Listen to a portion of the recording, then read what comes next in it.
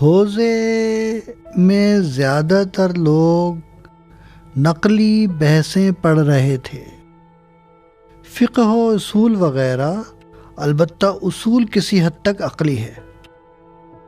حوزہ علمیہ قم کے بارے میں جناب شیخ سے پہلے کی بات نہیں کرتا، اس کی طویل داستان ہے، لیکن جب سے مرحوم حاج شیخ عبد الکریم یزدی علی اللہ مقامہ الشریف نے حوزے کو تاسیس کیا، اس وقت سے علامہ طباطبائی کے زمانے تک طبعی طور پر ایک فقہاتی حوزہ رہا ہے۔ نجف میں خاص طور پر دور قدیم میں علم سے مراد صرف فقہ و اصول تھی، یہی جو فقہ موجود تھی۔